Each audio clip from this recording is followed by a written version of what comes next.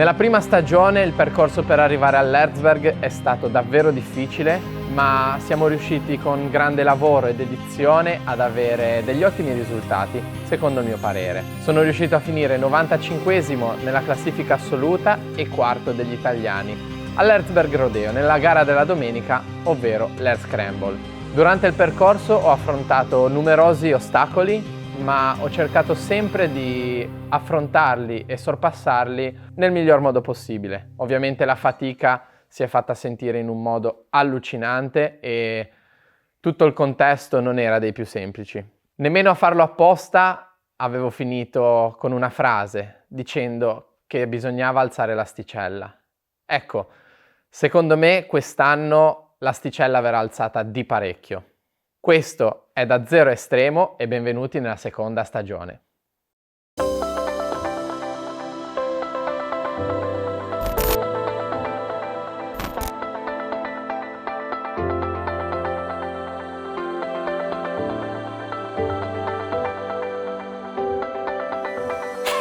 Me lo dicevo quasi per sfidarmi. Alzerò l'asticella, andrò all'Erzberg col 700. A forza di ridere e scherzarci, sono qui. E nemmeno a farlo apposta sono nuovamente ripartito da zero. Lo scorso anno, in seguito a una stupida caduta, mi sono fratturato il polso e indovina un po', nuovamente nell'arto destro. La degenza è stata davvero lunga. 3 interventi chirurgici, complicazioni su complicazioni, problemi ai tendini. È stata dura, ma non voglio di nuovo parlare di questa cosa, ma piuttosto evidenziare quanto la vita sia un continuo cambiamento, è sempre un sali e scendi. Non puoi mai sapere cosa ti succede, però bisogna sempre reagire. Affrontare gli ostacoli con determinazione e non arrendersi mai è un atteggiamento che sicuramente è vincente, non solo per le moto, ma proprio nella vita di tutti i giorni. E questo secondo me è la forza che ognuno di noi deve trovare all'interno di sé. La sfida con il 700 mi macinava in testa già da qualche tempo. Ho voglia di portare qualcosa di nuovo, di diverso e anche se mi sono complicato di non poco la vita, sono sicuro che questo progetto mi darà grandissime soddisfazioni. Darò sicuramente tutto me stesso per fare il meglio possibile e poi alla fine me lo devo. Mi ero già lanciato qualche frecciatina. In fondo le sfide contro se stessi sono sempre le più belle e quelle che ci danno più gusto.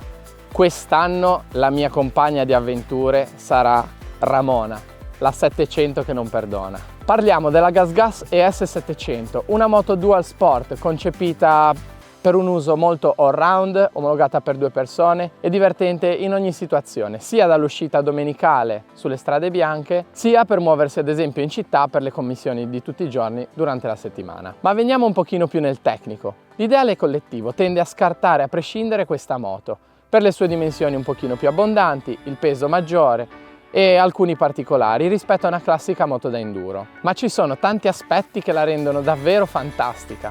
Ad esempio un baricentro più basso o un motore molto più generoso da oltre 74 cavalli e infine una componentistica davvero di altissimo livello. Per certe cose secondo me anche superiore alle altre moto classiche. Negli scorsi mesi ho lavorato tantissimo per cercare di sviluppare e cucire su di me questa moto. Alla fine per andare all'Erzberg Rodeo bisogna fare un pochino di modifiche e cercare di alleggerire il più possibile la moto. Quindi vediamo cosa abbiamo fatto. È stato spostato il manubrio in avanti ruotando i riser, aumentato al massimo il fine corsa dello sterzo e regolate al meglio le leve per avere un'ergonomia perfetta e sfruttare al meglio tutte le forze in gioco.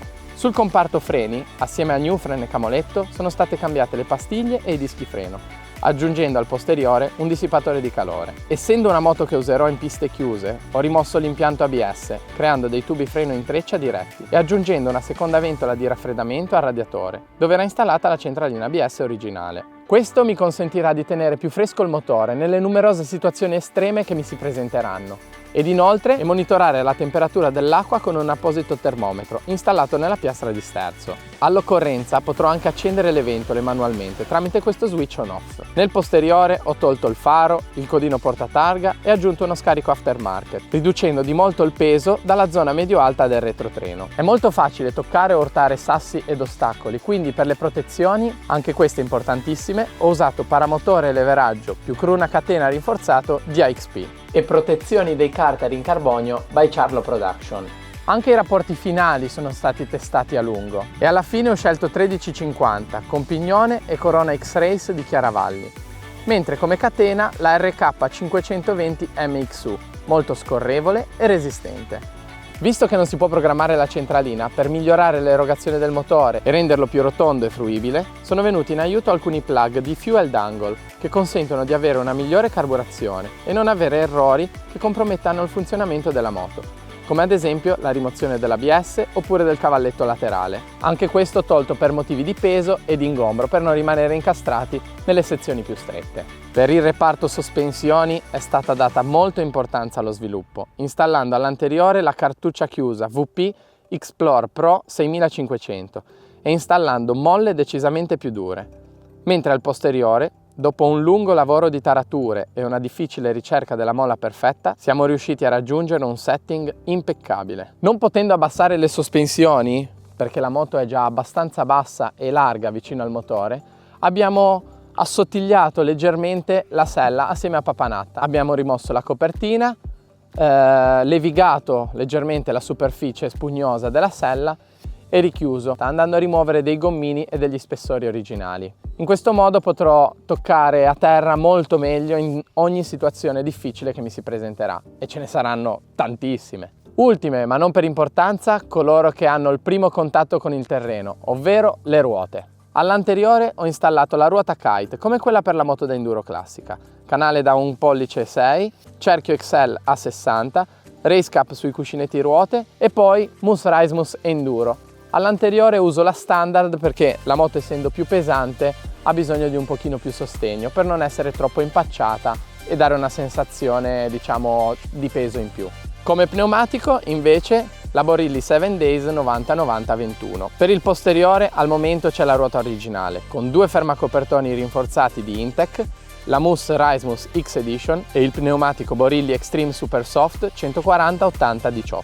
Ramona è una moto un po' particolare, quindi come non fargli un vestitino accattivante? Qui con 92 design e uno stile totalmente olografico ci siamo davvero sbizzarriti e siamo solo all'inizio. Ci sarebbe da parlare per molto più tempo, ma nel corso della stagione potrò parlare meglio di eventuali aggiornamenti. Parliamo ora di abbigliamento e protezioni. Come per la scorsa edizione, Six Sport con intimo e accessori sarà la mia seconda pelle, mentre Alpine Stars sarà la mia fidata armatura. Partiamo dal basso. Stivali Tech 7 Enduro con suola dedicata, tutori Bionic 7, questi fondamentali per proteggere le mie ginocchia, pettorina Bionic Pro V2, guanti belli morbidi per avere il meglio della sensibilità. A completare il tutto il completo Tech Star, questo qua ha la maglietta super elastica e morbida, mentre i pantaloni areati nella parte anteriore e molto rinforzati con un tessuto più robusto nella zona dei fianchi e delle cosce.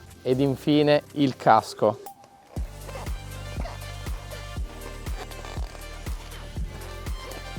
Questo è il SuperTech M10, totalmente in fibra di carbonio e con tecnologia MIPS all'interno, ovvero un sistema contro gli impatti multidirezionali che riduce drasticamente i casi di trauma cranico. Piccola chicca extra, interfono a bordo, questo qua è il Sena 50R, che mi consentirà di parlare e comunicare durante allenamenti e avventure. Ma nel prossimo episodio scoprirai meglio a cosa serve. Adesso get on the gas e si riparte con l'allenamento.